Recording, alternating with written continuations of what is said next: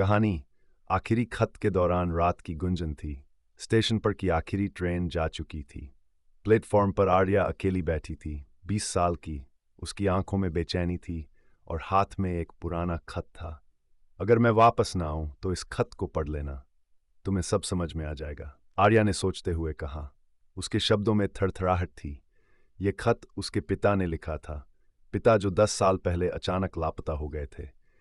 आर्या ने अपनी पूरी जिंदगी सुना था कि उसके पिता गायब हो गए, वे मर गए, लेकिन खत कुछ और ही कह रहा था। एक छोटे और जर्जर मकान में विक्रम बैठा था, आर्या का मामा। उसकी आंखों में घबराहट थी, जैसे कोई पुराना राज छुपा हो। सच बताइए मामा, पापा कहाँ गए थे? ये खत कहता है कि वे मर नहीं गए, वे छिपे हुए हैं, आर्या ने पूछा। नाकाबिल इंतजार और बेचैनी के साथ विक्रम चुप रहा। उसके होंठ कांपने लगे। आखिरकार उसने धीरे से कहा, तुम्हारे पापा किसी हादसे में नहीं मरे।